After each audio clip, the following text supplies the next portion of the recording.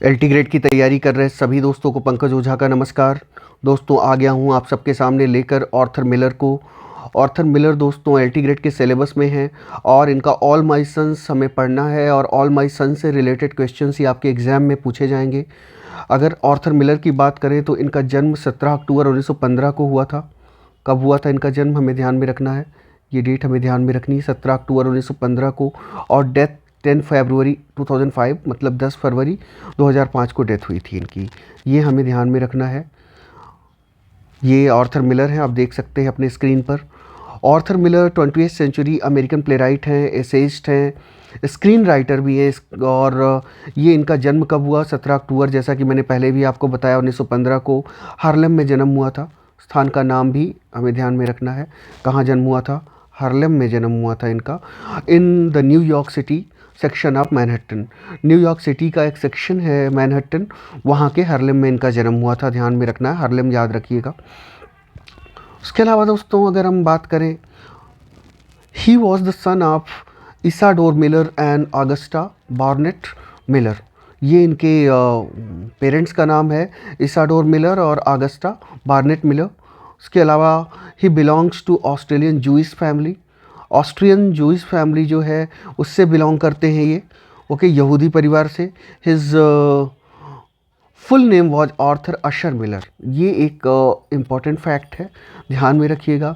इनका जो पूरा नाम है आर्थर अशर मिलर है, ये हमें ध्यान में रखना होगा दोस्तों। उसके अलावा अगर बात करते हैं, in 1942 Miller married to Mary Slattery. पहले इन्होंने मैरी स्लैटरी से शादी की, whom he left in जून 1956। बाद में किसी वजह से इन्होंने उन्हें छोड़ दिया 1956 में। एंड वेडेड, यहाँ वेड लिखा हुआ है, ग्रामेटिकली वेडेड होना चाहिए था, film star Marilyn Monroe. Marilyn Monroe Hollywood की बहुत एक बड़ी अभिनेत्रियों में से रही हैं, जिनका नाम आपने भी सुना होगा अगर हॉलीवुड फिल्मों में आपका इंटरेस्ट होगा तो। मार्लिन मुनरो से इन्होंने शादी की बाद में, okay. In 1947 he won the New York drama critics circle award for All My Sons. 1947 में इन्हें New York drama critics circle award मिला ऑल माय सन्स के लिए। In 1949 he won Pulitzer Prize for drama. 1949 में इन्हें पुलित्ज़र अवार्ड मिला drama के लिए, जो ये ड्रामा लिखते थे। ही also one gold medal for drama in 1959 from the national Institute of Arts and literature. इन्होंने गोल्ड मेडल जीता ड्रामा के लिए 1959 में। और ये गोल्ड मेडल किसने दिया इन्हें? National Institute of Arts and Literature ने इन्हें दिया। He died on 10 February 2005 in Roxbury Connecticut, United States. Roxbury में इनकी डेथ हो गई 10 फरवरी 2005 में। मेजर वर्क्स पे देखते हैं, the man who had all the luck 1944 में आता है। पहला प्ले है इनका ऑल माय सन्स, 1947 में परफॉर्म किया जाता है। डेथ ऑफ अ सेल्समैन 1949 या 1949। The crucible 1953, the golden years 1940, the half bridge. अगर हाफ ब्रिज की भी हम बात करें दोस्तों तो हाफ ब्रिज आता है। उसके अलावा the American clock 1980, focus novel है इनका, फर्स्ट नावल है, ध्यान में रखना है हमें। ऑल माय सन्स के बारे में बात करते हैं, जिससे रिलेटेड क्वेश्चंस आने की प्रबल संभावना रहती है। 99% संभावना इस बात की रहती है कि जो work based question LT grade में आते हैं, बार बार इस बात को मैंने आपसे कहा है, वर्क बेस्ड क्वेश्चन ही ज़्यादा आने हैं एलटी ग्रेड में। अगर आर्थर मिलर से क्वेश्चन पूछते हैं तो 99% संभावना है कि ऑल माय सन्स से क्वेश्चन पूछे जाएंगे, ओके। तो ऑल माय सन्स पे देखते हैं, एक ट्रेजिक प्ले है by Arthur Miller, is 3 act play written in 1946-1947। दो चीज़ें यहाँ ध्यान में रखनी है। पहली चीज़, इनफैक्ट 3 चीज़ें, ट्रेजिक प्ले है, आर्थर मिलर द्वारा लिखा गया है, 3 एक्ट में है, ये पूछा जाता है। क्योंकि जब 62 राइटर्स या पोएट्स हैं या इतने ड्रामेटिस्ट हैं आपके सिलेबस में, तो ये भी याद रखना एक टफ़ काम है, लेकिन इम्पॉर्टेंट हो जाता है कि कौन सा प्ले कितने एक्ट में है। 3 एक्ट में है और 1946-47 में लिखा गया, ओके। 1947 में 47 में परफॉर्म होता है, लेकिन 46-47 इसकी ऑथेंटिक डेट मिलती है, इसीलिए मैंने 1946-1947 लिख दिया। ये आपको ध्यान में रखना चाहिए। अब आपके मन में तमाम सवाल उठ सकते हैं। आपके मन में ये आ सकता है कि 1946-1947 कैसे हो सकता है? 1946 में लिखना शुरू किया हो और 1947 तक लिखा हो, ओके। तो इनकी रिटन डेट 1946-47 ही अथेंटिक है। एक ही डेट आएगी 46। अगर पूछा जाता है कि कब लिखा इन्होंने, 1946 में लिखा कि 47 में लिखा, 48 में लिखा कि 49 में, उन परिस्थितियों में 1946 इज करेक्ट। अगर 1947 ही रहता है ऑप्शन में, 46 रहता ही नहीं, तब 47 करेक्ट हो जाएगा। लेकिन परफॉर्मेंस डेट में कोई कंफ्यूजन नहीं है। परफॉर्मेंस डेट क्या है? अनडाउटेडली 1947 है। 1947 ही परफॉर्मेंस डेट है। ओके, 1947 ही परफॉर्मेंस डेट है। परफॉर्म कब किया गया, ये कब अपीयर हुआ, 1947। ओके, उसको लेके कंफ्यूजन नहीं होना चाहिए। Composition date 1946-47, performance date undoubtedly 1947। Okay. It was set during the second world war. It was set during the second world war. जो इसकी कहानी है वो सेकेंड वर्ल्ड वॉर से उपजी कुछ परिस्थितियां हैं उन पर बेस्ड है। ओके, द्वितीय विश्व युद्ध जो हुआ था, 2 विश्व युद्ध दुनिया ने देखे, तीसरे के मुहाने पर खड़ा हुआ है रसिया और यूक्रेन का संकट। अगर आप देख रहे होंगे तो पूरी दुनिया तीसरे विश्व युद्ध के मुहाने पर खड़ी हुई है। लेकिन ओके, हम यही उम्मीद करते हैं कि ऐसा कुछ नहीं होगा। तो it was set during the second world war. It was performed and published in 1947। Perform किया गया या पब्लिश किया गया, इसमें कोई डाउट नहीं है। परफॉर्मेंस डेट अगर आपसे पूछी जाती है दोस्तों, या पब्लिकेशन डेट पूछी जाती है, तो 1946। कंपोजिशन डेट ये, परफॉर्मेंस या publication date 1947। Any doubt? I don't think there is any doubt. It opened on Broadway at the Cornet theatre in New York city on Jain 29।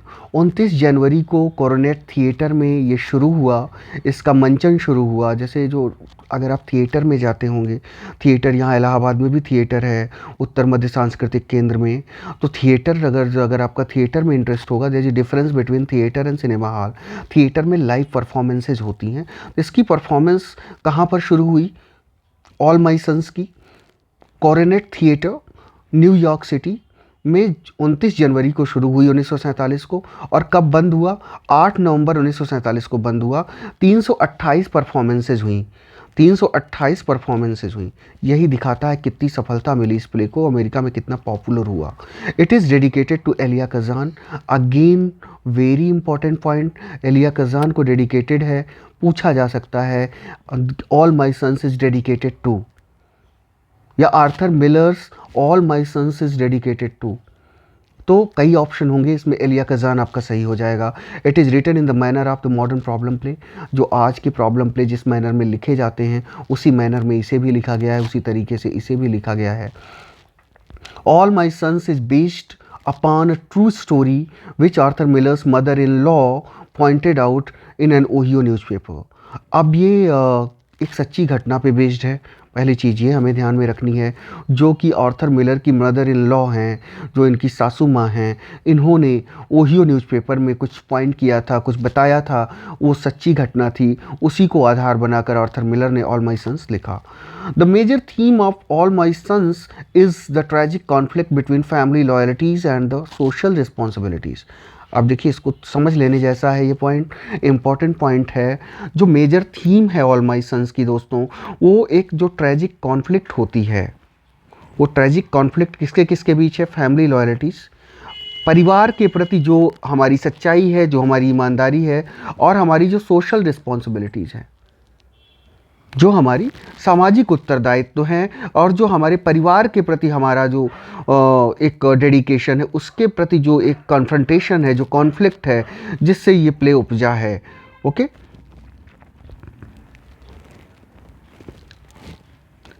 It रफली कवर्स 18 आवर्स। इट रफली covers कितने घंटे cover करता है? 18 घंटों की घटना का इस प्ले में वर्णन है। Its events take place from an early Sunday morning in August. Early Sunday morning से शुरू होता है। कहने का मतलब इस प्ले में जो कहानी है अर्ली संडे मॉर्निंग से शुरू होती है अगस्त में, to the early hours of the Monday 2 o'clock in the following morning. Okay, यहाँ मतलब टोटल 18 घंटों की कहानी को दिखाया गया है इसमें, ऐसे आप समझिए, जो कि रविवार की सुबह, अगस्त में रविवार की सुबह से लेके अगले दिन के अर्ली आवर्स मतलब मंडे को 2 बजे रात तक की घटना का इसमें वर्णन है। 2 o'clock in the following morning. Okay, इतना मतलब 18 घंटों की पूरी घटना का इसमें वर्णन है। इट रफली covers 18 hours. Okay, the drama centres on जो केलर। अब इसके कैरेक्टर्स को देखते हैं। जो ये ड्रामा है वो जो केलर की कहानी कहता है, इसी पर केंद्रित है। A manufacturer of war materials, और ये क्या बनाते हैं, द्वितीय विश्व युद्ध का समय है, ये युद्ध की सामग्री को बनाने की इनकी फैक्ट्री है। Who has failed to fulfil his social obligations and has failed to recognise the role of society after he is blinded by lust for money during the war. अब ये होता क्या है जो केलर कि सोशल ऑब्लिगेशंस को पूरा नहीं कर पाता, जो सामाजिक उत्तरदायित्व हैं। उद्योगपति होता है, युद्ध के सामान बनाता है, लेकिन अपनी सामाजिक जिम्मेदारियों को कहीं ना कहीं ये पूरा नहीं कर पाता, उसमें फेल होता है सोशल ऑब्लिगेशंस को पूरा करने में।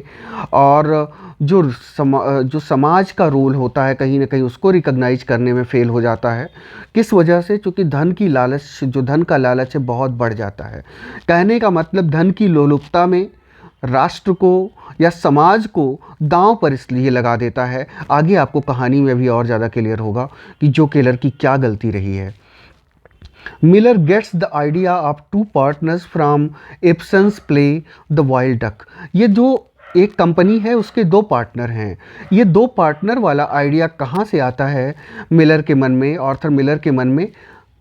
इब्सन इब्सन का एक प्ले है जो कि बहुत बड़े प्रॉब्लम प्ले लिखते हैं इब्सन। तो इब्सन का प्ले जो द वाइल्ड डक है, वहाँ से प्रेरणा ली दो पार्टनर्स की, जो कि एक ही कंपनी के, जो कि युद्ध के हथियार बना रही होती है, युद्ध के साजो सामान बना रही होती है। उसके एक कंपनी के दो पार्टनर वाला आइडिया इब्सन के द वाइल्ड डक से लिया गया है। This play got the Tony award for best authored play in 1947। इसे टोनी अवार्ड भी मिलता है। किसके लिए टोनी अवार्ड दिया जाता है? बेस्ट ऑथर्ड प्ले के लिए।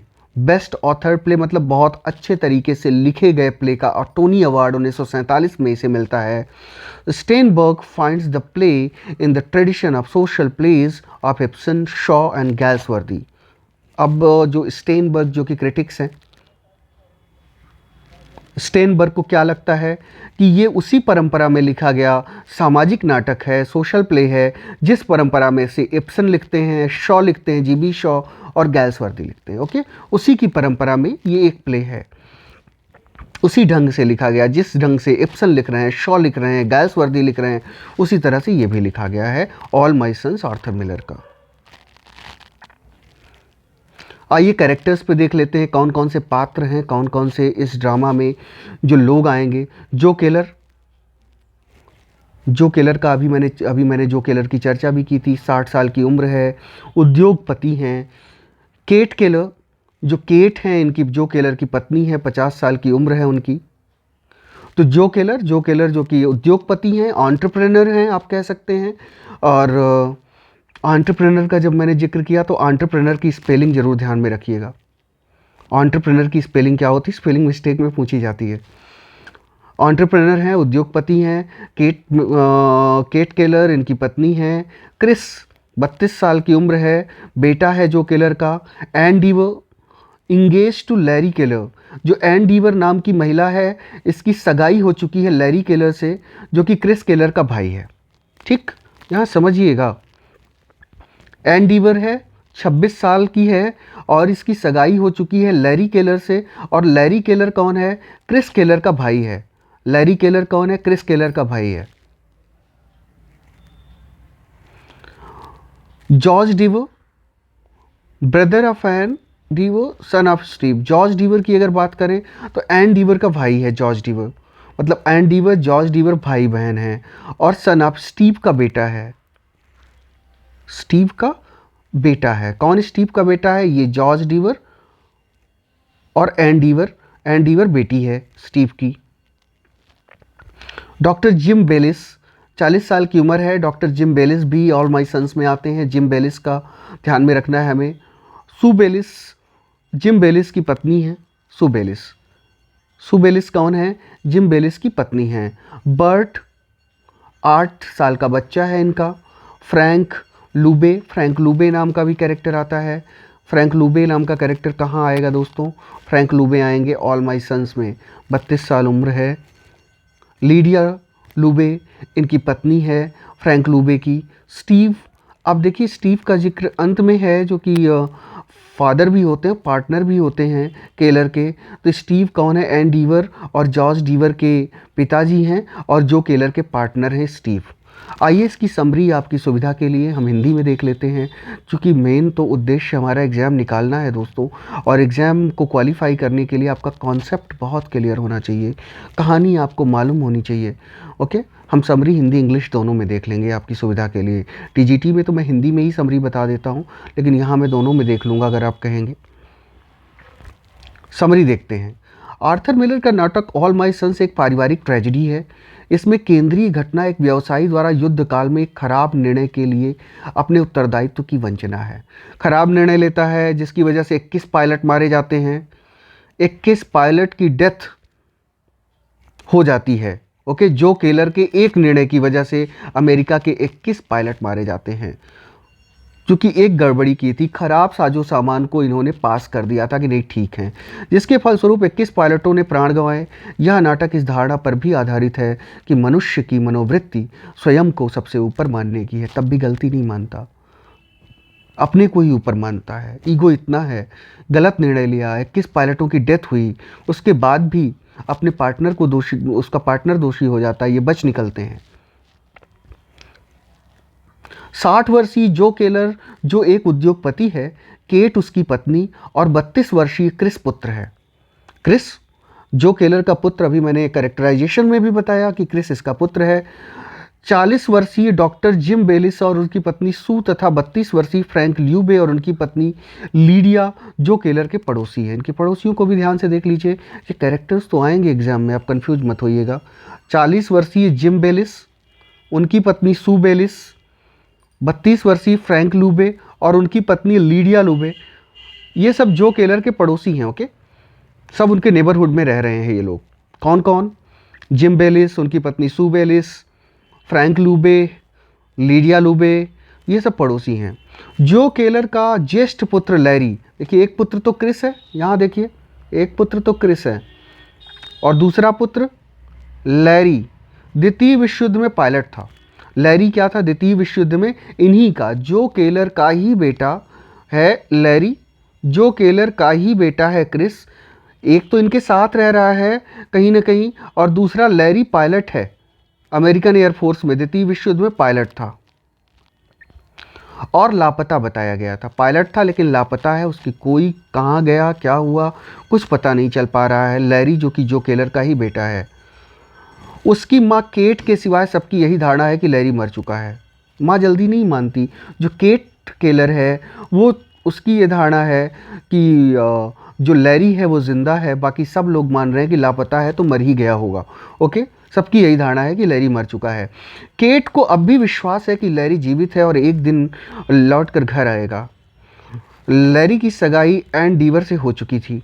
लैरी की सगाई किससे हो चुकी थी?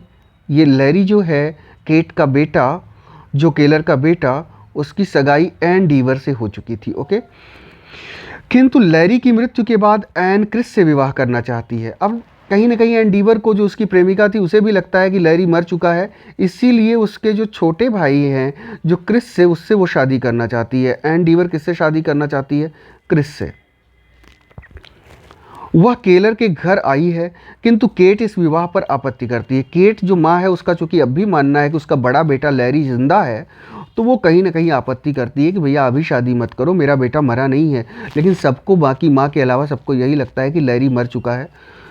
इस विवाह पर आपत्ति करती है क्योंकि उसका मतलब यही होगा कि लैरी की मृत्यु को विश्वास है, लैरी की मृत मान लिया गया है, तो इसलिए केट नहीं मानती।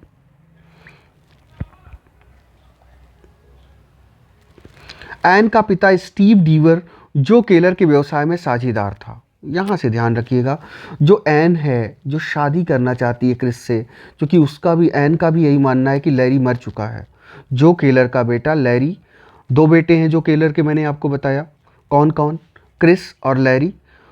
तो लैरी जो बड़ा बेटा है पायलट था, सबको यही मानना है, उसकी माँ के अलावा, माँ को अगर उसके छोड़ दे तो सबका यही मानना है कि लैरी मर चुका है। और एन के फादर कौन है? स्टीव डीवर हैं एन के पिता, और स्टीव डीवर जो कि केलर के व्यवसाय में, जो केलर में के व्यवसाय में उनके पार्टनर हैं। ओके, उनकी एक फैक्ट्री थी जिसमें युद्ध काल में वायुसेना के लिए सिलेंडर हेड्स बनते थे। एक फैक्ट्री है इनकी जिसमें क्या बनता था, सिलेंडर हेड्स। हेड्स के एक बैच में बनते समय खराबी आ गई थी, बन रहा था तो एक बैच में एक जो खेप थी, अगर हिंदी में कहें, उसमें खराबी आ गई थी, लेकिन फैक्ट्री ने उन्हें वापस कर लिया और वायुसेना को सप्लाई कर दिया। खराबी आने के बावजूद भी वायुसेना को सप्लाई कर दिया गया था। उसके कारण विमान दुर्घटनाएं हुई जिनमें 21 अमेरिकी पायलट मारे गए। परिणाम स्वरूप फैक्ट्री के दोनों साझेदारों के विरुद्ध न्यायालय में मुकदमा चला। मतलब जो केलर पर भी मुकदमा चला और स्टीव डीवर पर भी मुकदमा चला, और दोनों को सजा हुई। दोनों पर मुकदमा भी चला और दोनों को सजा भी हुई, लेकिन अपील में जो केलर को संदेह का लाभ देते हुए मुक्त कर दिया गया, जबकि मेन दोषी जो केलर था, लेकिन उसे मुक्त कर दिया गया, जबकि स्टीव को जेल जाना पड़ा। स्टीव का कहना था कि वह दोषी नहीं था क्योंकि उसने केलर को सिलेंडर हेड्स की खराबी के बारे में फ़ोन पर बता दिया था। मतलब जो केलर को स्टीव ने फ़ोन पर बता दिया था कि गड़बड़ी है, लेकिन फिर भी जो केलर ने कहा नहीं, गो अहेड, और केलर ने उन्हें ठीक बताकर सप्लाई कर देने को कह दिया था, लेकिन केलर ने अदालत में इस बात से इनकार कर दिया। केलर डिग गया कि नहीं, मैंने ऐसा कुछ नहीं कहा था। बहरहाल केलर के पड़ोसी यही मानते रहे कि केलर दोषी है, लेकिन सारे नेबरहुड को पता है कि जो केलर दोषी है, लेकिन केलर अपने आप को दोषी नहीं मानता, वो बच निकला। जबकि हकीकत यही थी कि जो केलर दोषी था, स्टीव डीवर दोषी नहीं था। स्टीव डीवर को जेल हुई, जो केलर बचा रह गया। जबकि इतनी बड़ी बात थी, 21 अमेरिकी पायलट जस्ट किस लिए मारे गए थे, सिर्फ इसलिए, एक छोटी सी गलती, और इतने लोग मारे गए। केलर ने अब फिर व्यवसाय जमा लिया है और पड़ोसियों से उसके अच्छे संबंध हो गए हैं, यद्यपि मन में वे पुरानी बात भूले नहीं हैं। स्टीव के पुत्र जॉर्ज और पुत्री एन को विश्वास है। देखिए, स्टीव डीवर जो इनके पार्टनर हैं, जो केलर के, जॉर्ज मतलब और पुत्री एन, जो स्टीव डीवर के बेटे हैं। देखिए, जो केलर के दो बेटे, ध्यान में रखिएगा, लैरी और क्रिस। स्टीव डीवर जो केलर का पार्टनर है, उसके दो बच्चे, एक जॉर्ज और पुत्री एन। पुत्री एन ही पहले जो कि लैरी से सगाई हुई थी उसकी, अब वो क्रिस से शादी करना चाहती है। तो जॉर्ज और एन को विश्वास है कि उनके पिता ने जानबूझकर त्रुटिपूर्ण हेड सप्लाई किए। अब ये दोनों बेटे बेटी मानते हैं कि नहीं, हमारे पिता जो हैं स्टीव, मतलब इन दोनों का ये मानना है कि नहीं, ये वाकई में दोषी हैं, लेकिन हकीकत है ये दोषी नहीं है। इसका पार्टनर, जो मुख्य पार्टनर था, वो दोषी है, जो केलर दोषी है। लेकिन ये मानते थे, अपने पिता को ही ये दोनों दोषी मानते थे, और ये ऐसा मानते थे कि इन्हीं के कारण दुर्घटनाएं हुई। क्रोध एवं पश्चाताप के कारण उन्होंने उससे जेल में भेंट भी नहीं की थी, किंतु जो स्टीव की हिमायत करके कहता था, अब कहीं ना कहीं तो अपराध बोध रहा होगा। इसीलिए जो केलर है, जो यहाँ जो केलर के लिए आया है, जो स्टीव की हिमायत करके कहता था कि स्टीव उतना दोषी नहीं था। अब अंतरात्मा तो कोसती होगी ना कि हमने झूठ मूठ को उसे जेल भिजवा दिया, जेल में तो मुझे होना चाहिए था। तो कहता है कभी जभी कि उतना दोषी नहीं था जितना समझा जाता है, वह तो गलत निर्णय का शिकार हुआ था।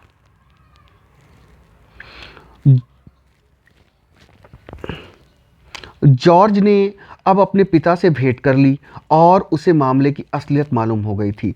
जो स्टीव डीवर का बेटा था, जॉर्ज डीवर, अपने पिता से मिलने, अंत तो एंड ऑफ द डे पिता तो पिता होता है, मन किया होगा देखने का, जाने का। तो जॉर्ज अपने पिता स्टीव डीवर के पास गया, उससे भेंट की और उसे मामले की असलियत मालूम हो गई। स्टीव ने जॉर्ज को बता दिया है कि उसने जो केलर से, यहाँ जो का मतलब जो केलर से फ़ोन पर हेड्स की खराबी के बारे में कहा था, और जो ने उसे कहा था कि दरारों की वेल्डिंग करके ढक दें और सप्लाई कर दें। मतलब ये खराबी थी, दरारों को वेल्डिंग करके ढकने के लिए कहा गया और सप्लाई करने के लिए कहा गया। जो ने इसकी जिम्मेदारी अपने ऊपर लेने का वायदा कर लिया था। मतलब जो केलर ने कहा था कि तुम कर दो, यस कर दो, वेल्डिंग करके ढक दो और जो भी होगा मैं देख लूँगा, ऐसा जो केलर ने कहा था। ओके, लेकिन जब मुकदमा चला तो वो चालाकी करके बच गया। वह बीमारी का बहाना करके फैक्ट्री नहीं गया था। मतलब जिस दिन ये चीज़ हुई उस दिन फैक्ट्री नहीं गया था। उसकी गैरहाजिरी की दलील अदालत में नहीं मानी गई थी, लेकिन अपील में मान ली गई। मतलब जब अगली अदालत में अपील किया तो मान ली गई कि भाई वो था ही नहीं।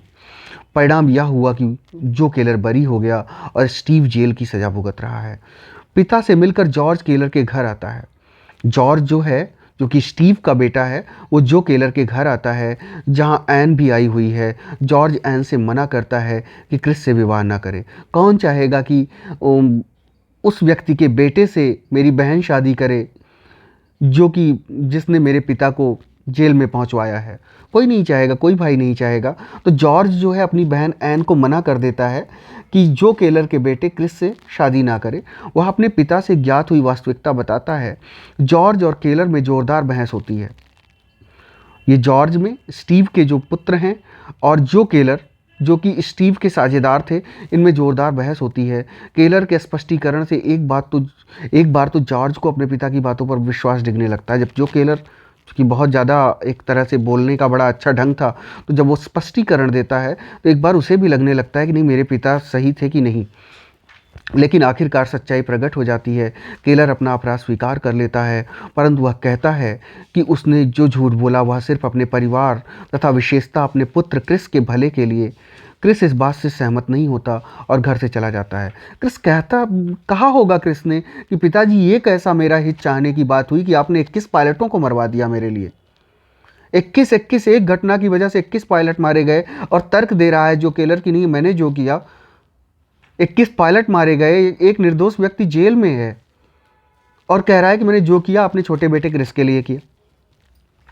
क्रिस भी नहीं मानता, उसका बेटा कहता है नहीं, ये आपने मेरे लिए, वो घर से चला जाता है। केट कहती है कि क्रिस के लिए परिवार से भी बड़ी कोई बात है।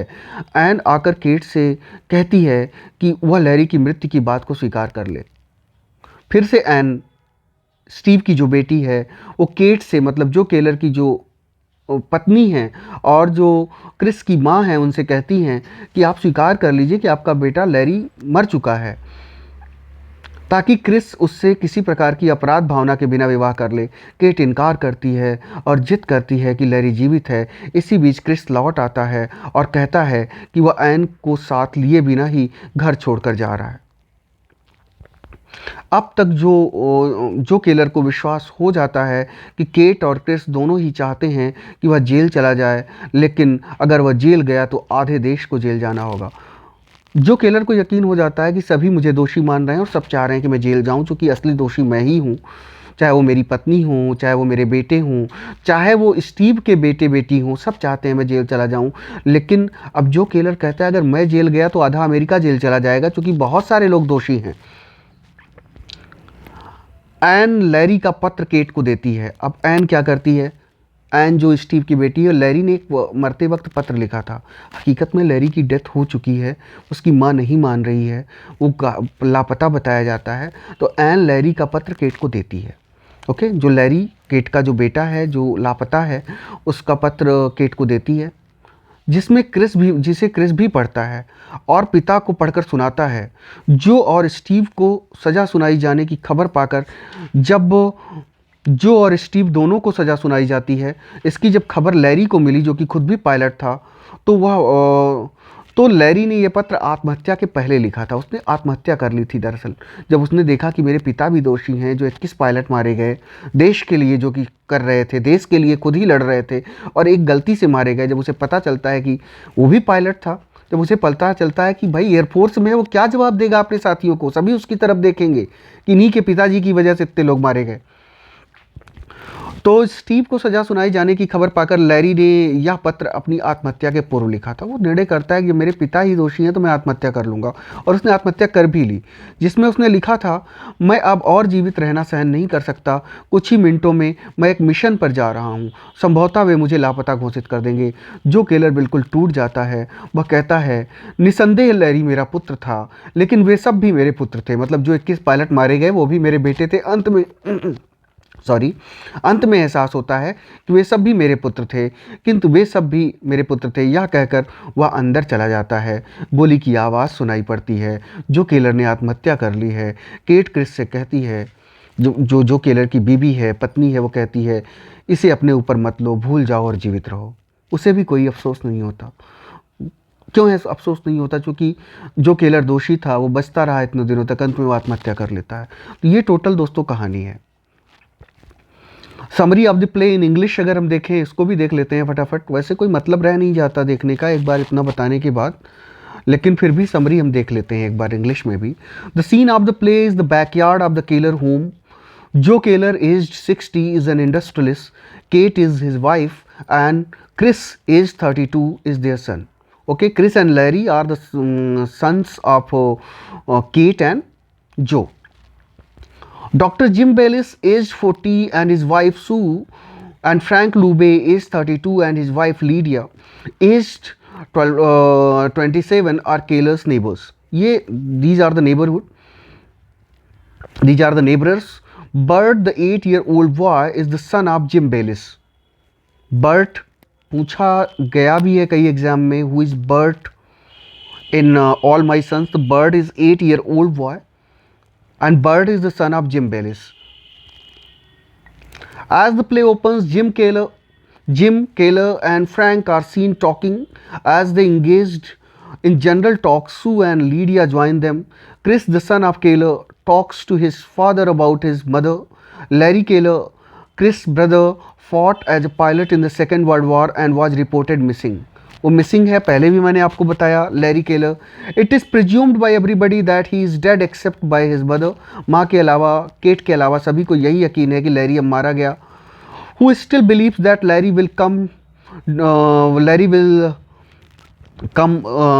He will return. He believes कि उसका रिटर्न होगा, वो वापस आएगा ज़रूर Larry.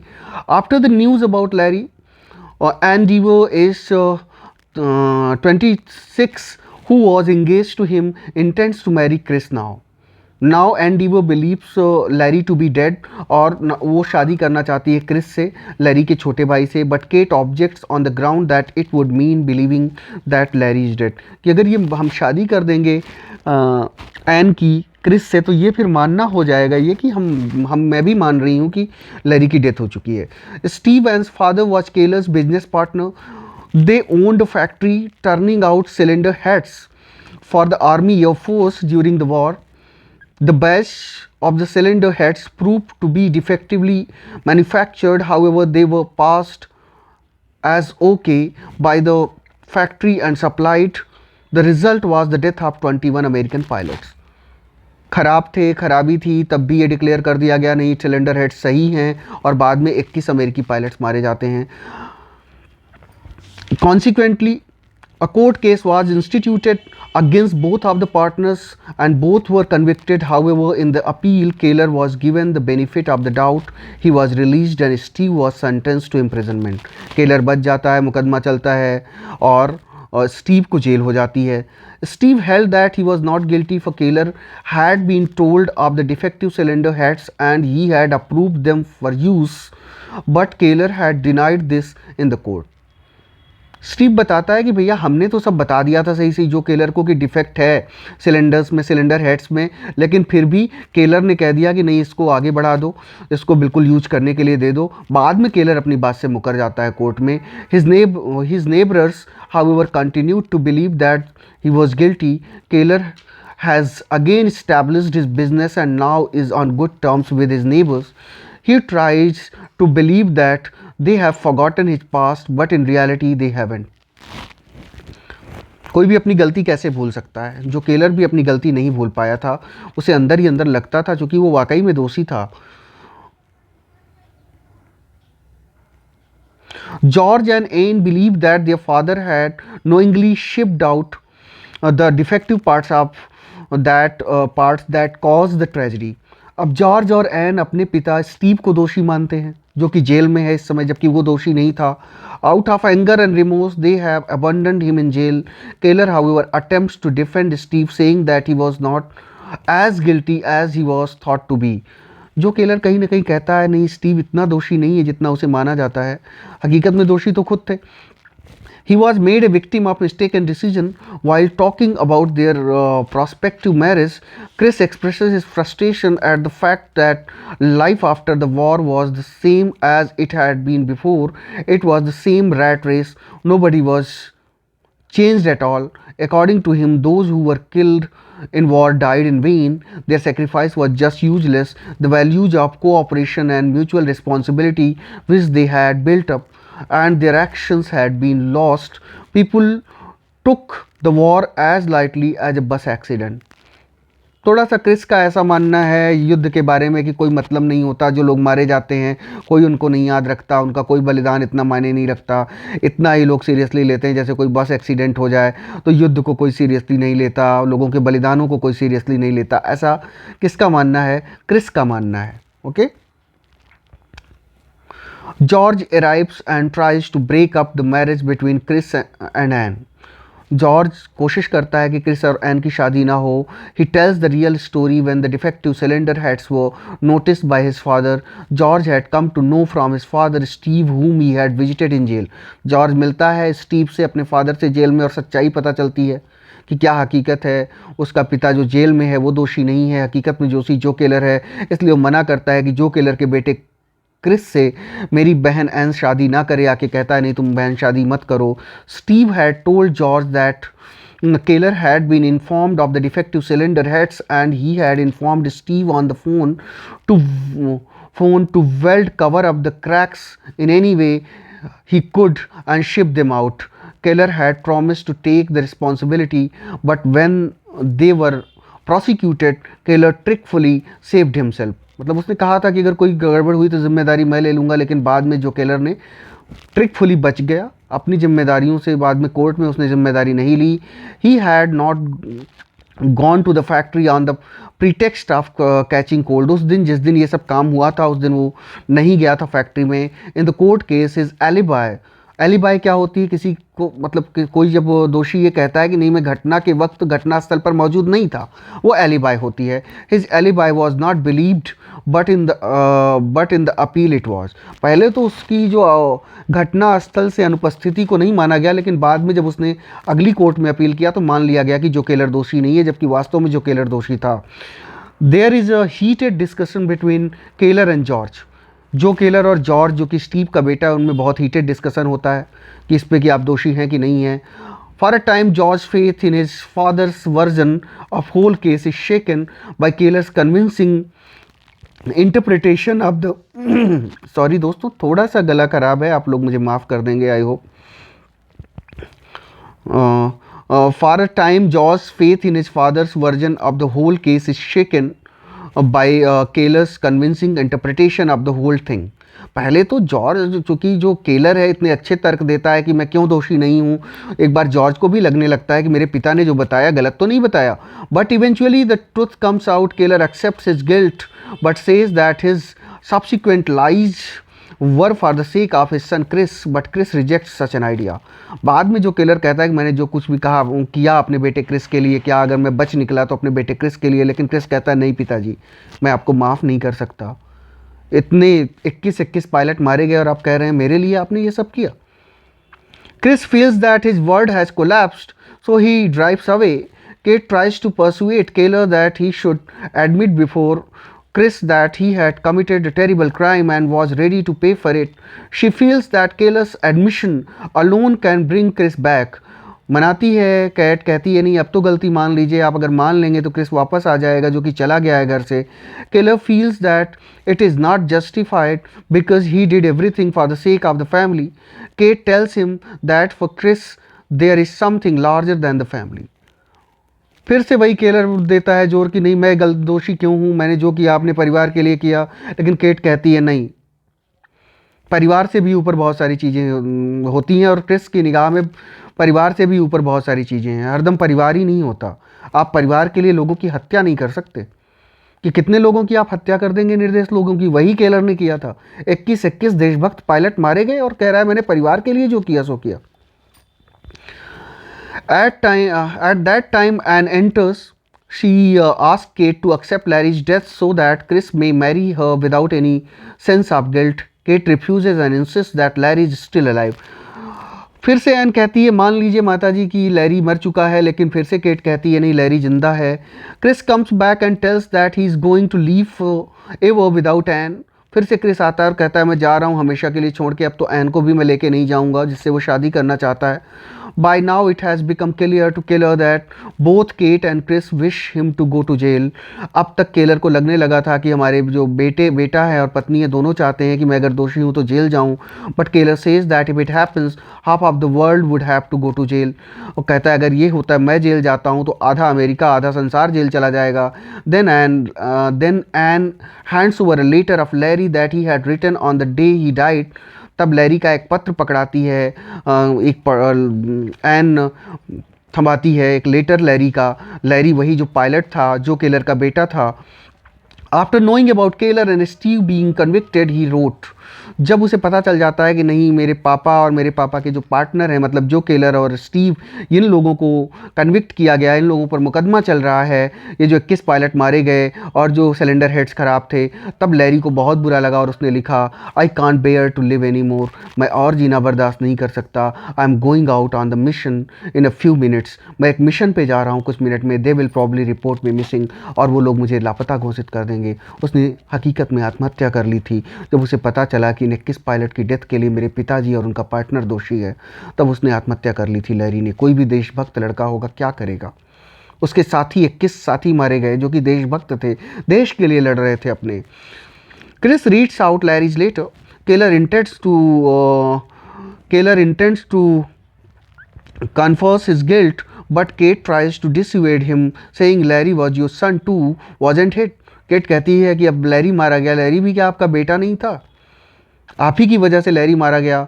You know he would never tell you to do this. But Keller gives a touching reply, sure. But Joe Keller को अपने अपराधों का पता मतलब एक कहीं ना कहीं एक वो कन्फेस कर लेता है, नहीं मेरी गलती थी. Sure he was my son. Joe Keller कहता है कि वो मेरा बेटा था Larry, but I think to him they were all my sons. लेकिन वो कहता है कि नहीं जो 21 सब मारे गए वो भी मेरे बेटे थे. जो केलर को एहसास हो जाता है अंत में, इसी पर टाइटल पड़ा है कि but I think to him they were all my Sons and I guess they were. कि वो सब मेरे बेटे थे, वो सब मेरे बेटे थे, सब मेरे ही बच्चे थे जो मारे गए, मेरी वजह से मारे गए. He goes in and a shot is heard. अंदर जाता है, बंदूक के चलने की आवाज़ आती है. Keller has ended his life. Kate says to Chris don't take it on yourself. Keller Chris से कहती तुम अपने ऊपर मत लो, पिताजी ने अगर आत्महत्या कर ली है. फॉरगेट नाउ, भूल जाओ. लिव दस द प्लेन्स. यहीं पर प्ले समाप्त हो जाता है. तो दोस्तों ये टोटल प्ले था. आई होप आपको समझ में आया होगा. इसकी हिंदी इंग्लिश दोनों में व्याख्या की, जो फैक्ट थे मैंने आपको वो बताए. आपको ये यहाँ पर ऑल माई सन्स का द एंड होता है और आप इसको तैयार कर लीजिएगा. सुधीर के अरोरा से MCQs इसके पढ़ लीजिएगा. और बाकी भी अगर आपको YouTube पर कहीं MCQs मिले, मैं MCQs थोड़ा बाद में कराऊंगा. अभी टॉप प्रायोरिटी आपके सिलेबस को अच्छे से फिनिश करने की है. बेशक आपको प्रैक्टिस करवाऊंगा, जितना मैं करवाऊंगा शायद ही कोई करवाए, लेकिन अभी सिलेबस का कंप्लीशन टॉप प्रायोरिटी है, जैसा कि होना भी चाहिए. वैकेंसी कभी भी आपकी आ सकती है. ओके. और जो लोग एडमिशन लेना चाहें या जो लोग इंटरेस्टेड हैं वो हमारे दिए हुए नंबर में संपर्क कर सकते हैं. मैं आपको नंबर दे देता हूं, यहीं पर मैं आपको नंबर प्रोवाइड कर देता हूं. ओके. तो आप इस नंबर पे संपर्क कर सकते हैं अगर आपको किसी भी तरह से संपर्क करना है या आपको एडमिशन लेने में इंटरेस्टेड हैं तो आप ले सकते हैं. ये नंबर है 88753845.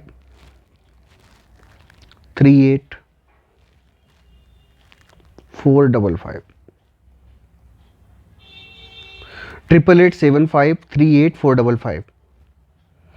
ये नंबर है वॉरियर्स टेक्निकल टीम का. अगर आप LT ग्रेड के हमारे कोर्स में एडमिशन लेना चाहते हैं, TGT में भी एडमिशन लेना चाहते हैं और हमसे जुड़ना चाहते हैं, वैसे भी आप हमारा वॉरियर्स ऐप तो डाउनलोड कर ही लीजिए, द वॉरियर्स. ओके. वो आप डाउनलोड कर सकते हैं और जुड़ सकते हैं. वहाँ पर बहुत सारी क्विज़ेस, मॉक टेस्ट, बहुत सारे GS के क्वेश्चंस आपको फ्री ऑफ कॉस्ट हम देते हैं. तो वहाँ पर आप तो हमसे जुड़ ही सकते हैं. इस नंबर पे भी आप संपर्क कर सकते हैं. अगर आप हमारा पेड कोर्स लेना चाहते हैं तो बेशक यहाँ पर आप हमसे संपर्क करिए. इसके अलावा भी आप हमारा टेलीग्राम चैनल है जो कि फ्री चैनल है, बिल्कुल कोई कॉस्ट नहीं लगती. वो कैप की वहाँ पर लगातार एक्सरसाइजेस करवाई जाती हैं, द वॉरियर्स ऑफ इंग्लिश. वहाँ पर आप संपर्क कर सकते हैं. जो टेलीग्राम चैनल है बिल्कुल उससे जुड़ सकते हैं. उसका लोगों में साईं बाबा बने हुए हैं या उसका आप जुड़ सकते हैं वहाँ से, टेलीग्राम से भी आप हमसे अच्छे से जुड़ सकते हैं। और हमारे द्वारा संचालित किए गए तमाम कोर्सेज़, उसमें जो लोगो लगा हुआ है उसका लिंक मैं आपको दे दूँगा, कोई दिक्कत नहीं, सारे लिंक मैं आपको दे देता हूँ नीचे डिस्क्रिप्शन में, देख लीजिएगा। हमारे यूट्यूब चैनल का लिंक, अपार्ट फ्रॉम जो हमारे इंपॉर्टेंट वीडियोज़ हैं उनका लिंक, और टेलीग्राम चैनल का लिंक, ऐप का लिंक, कैसे प्ले स्टोर पर डाउनलोड करना है, सारी डिटेल्स आपको मैं दे दूँगा। थैंक यू वेरी मच दोस्तों for watching this session. Thank you very much.